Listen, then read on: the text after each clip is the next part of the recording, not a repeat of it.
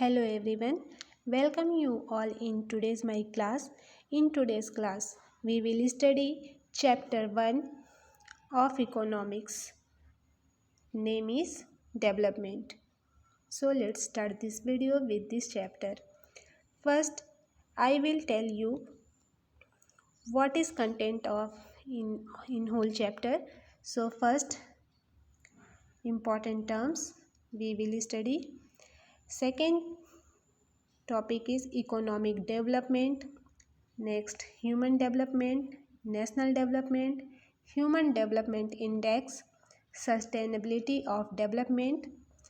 Under these topics means sustainability development, we will discuss some subtopics that are importance of sustainable development, measures to promote sustainable development, features of sustainable development, measures to ensure sustainable development.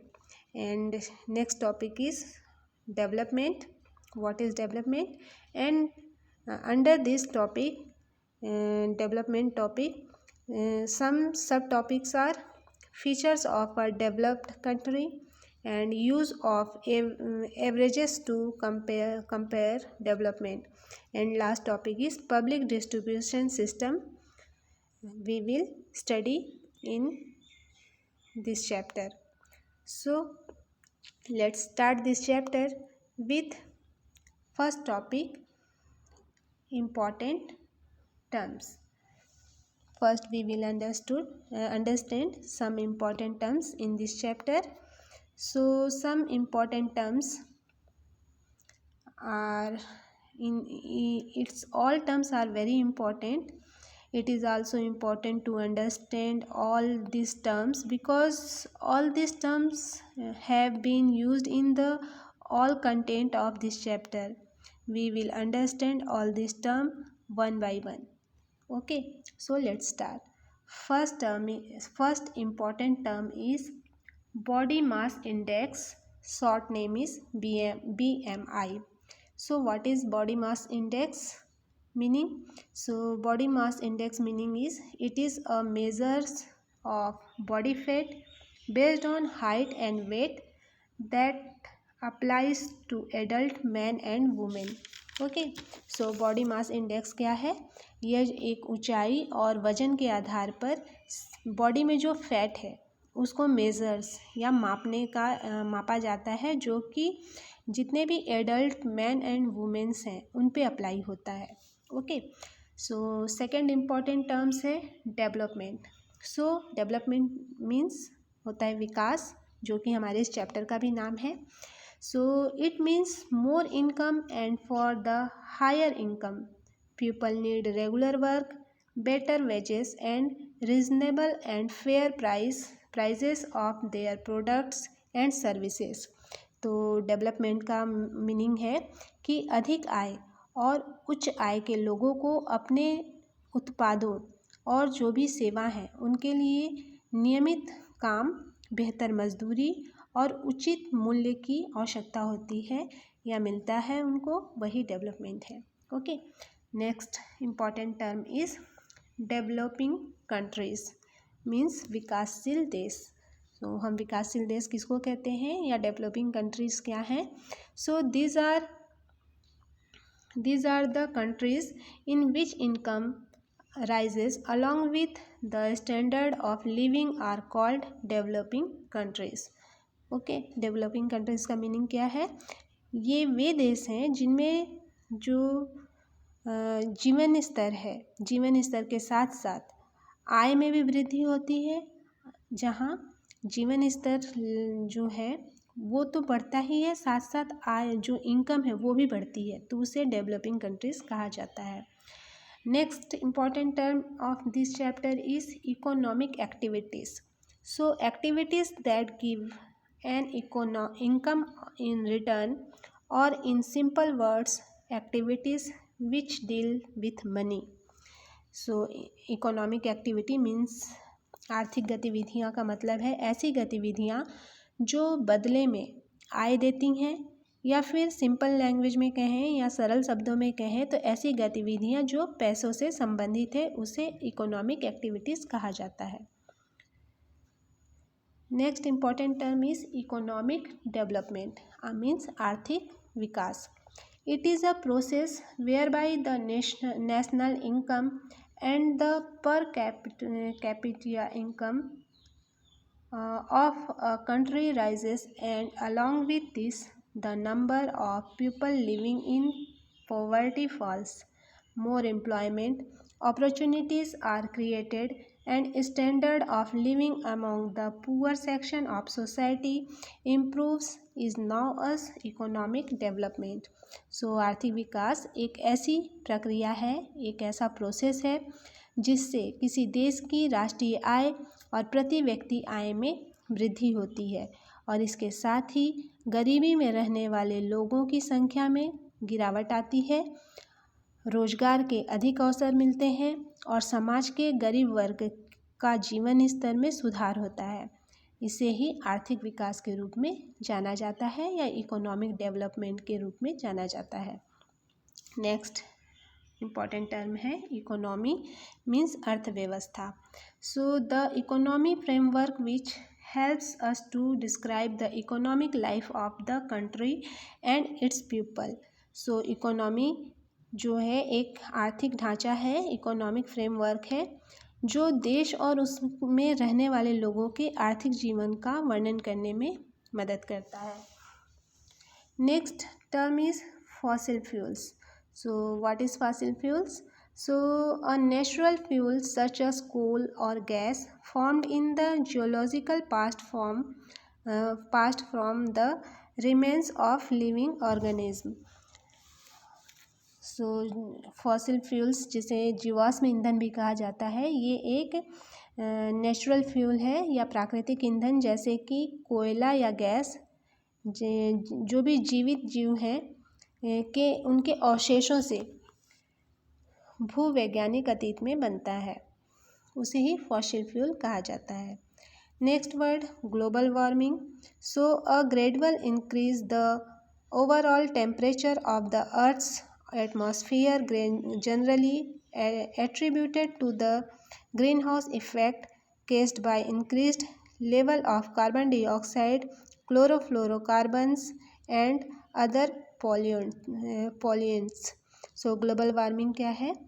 पृथ्वी के वायुमंडल के समग्र तापमान में क्रमिक वृद्धि जो होती है, आमतौर पे जो कार्बन डाइऑक्साइड, क्लोरोफ्लोरोकार्बन और अन्य जो भी पॉल्यूंट्स या प्रदूषक हैं उनके बढ़े हुए लेवल के कारण होने वाले इफ़ेक्ट को ही ग्रीन हाउस प्रभाव के कारण होता है, उसे ग्लोबल वार्मिंग कहा जाता है। Next term is human development index. It is a composite statistics of life expectancy, education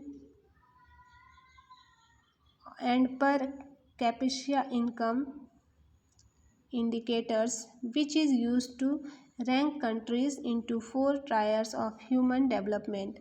so मानव विकास सूचकांक या ह्यूमन डेवलपमेंट इंडेक्स क्या है? सो यह एक जीवन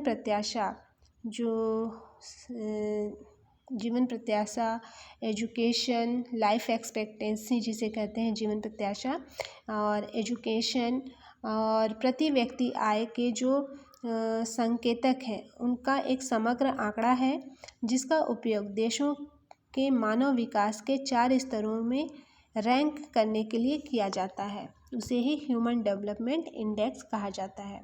next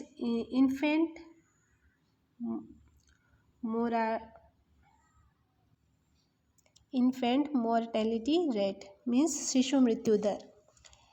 So the number of children that die before the age of 1 year per 1000 live births in 1 year means जो शिशु मृत्यु दर है, एक वर्ष में प्रति 1000 जीवित जन्म पर 1 वर्ष की आयु से पहले मरने वाले बच्चों की जो संख्या होती है उसे ही इन्फेंट मोर्टेलिटी रेट या शिशु मृत्यु दर कहा जाता है। Next national development.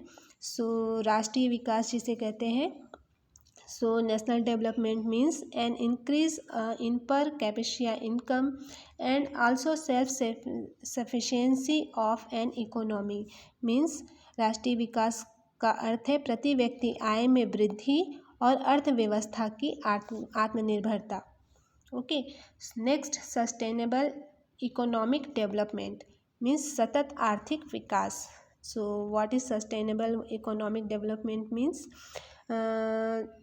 sustainable economic development is the process of economic development which aims to maintain the quality of life of both the present and the future generations without harming natural resources and environment. So sustainable economic development means सतत आर्थिक विकास की प्रक्रिया है जिसका उद्देश्य natural resources और environment को नुकसान पहुंचाए बिना वर्तमान में और आने वाली पीढ़ी दोनों के जीवन की गुणवत्ता को बनाए रखने का प्रोसेस है। ओके, नेक्स्ट लिटरेसी रेट या साक्षरता दर। So proportion of literate population in the 7 and above age group. So literacy rate का मतलब है 7 ईयर और उससे अधिक एज के वर्ग में साक्षर जो जनसंख्या है उनका अनुपात ही लिटरेसी रेट कहलाता है। Next term is non economic activities. गैर आर्थिक गतिविधियाँ क्या हैं? So activities which do not deal with money और which do not give any income in return. So ऐसी गतिविधियाँ जो पैसे का लेन देन नहीं करती हैं या जो बदले में कोई आय नहीं होता है उसे नॉन इकोनॉमिक एक्टिविटी कहा जाता है। National income. So national income means राष्ट्रीय आय। So it is the sum total of all final goods and services produce in a country during a given period of time plus net factor income from abroad. So यह एक निश्चित अवधि के दौरान किसी देश में उत्पादित सभी अंतिम वस्तुओं और सेवाओं का योग है, साथ ही विदेशों से शुद्ध कारक नेट फैक्टर इनकम जो होता है वो आय भी राष्ट्रीय आय या नेशनल इनकम है। Net attendance ratio. So total number of children of age group 6 to 10 attending school as a percentage of the total number of children in the same age group. So net attendance ratio means शुद्ध उपस्थिति अनुपात इसे कहते हैं। तो ये क्या है? तो समान आयु वर्ग के बच्चों की कुल संख्या के प्रतिशत के रूप में स्कूल में भाग लेने वाले 6 to 10 एज के सभी बच्चों की कुल संख्या ही नेट अटेंडेंस रेशियो है। नेक्स्ट ऑर्गेनिक फार्मिंग या जिसे जैविक खेती भी कहते हैं। तो ये क्या होता है? तो vegetable and live stock production using natural sources of nutrients such as compost, crop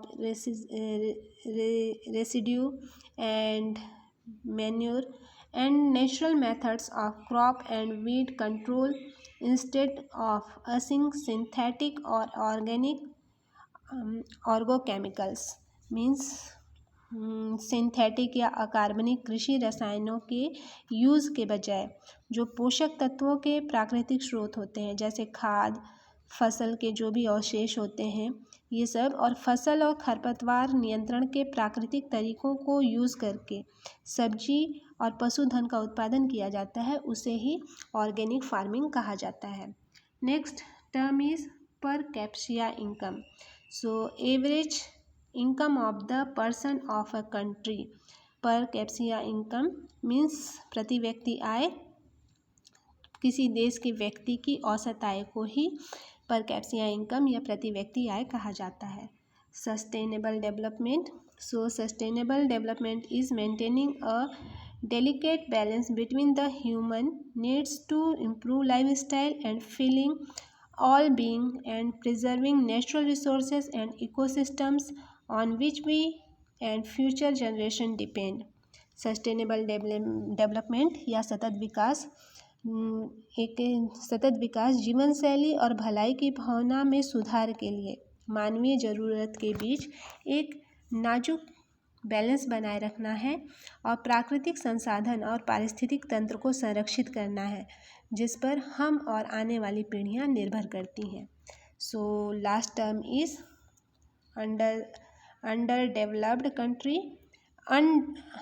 Underdeveloped country means अविकसित देश, a country which does not have high income and the standard of living is also low is considered as underdeveloped country।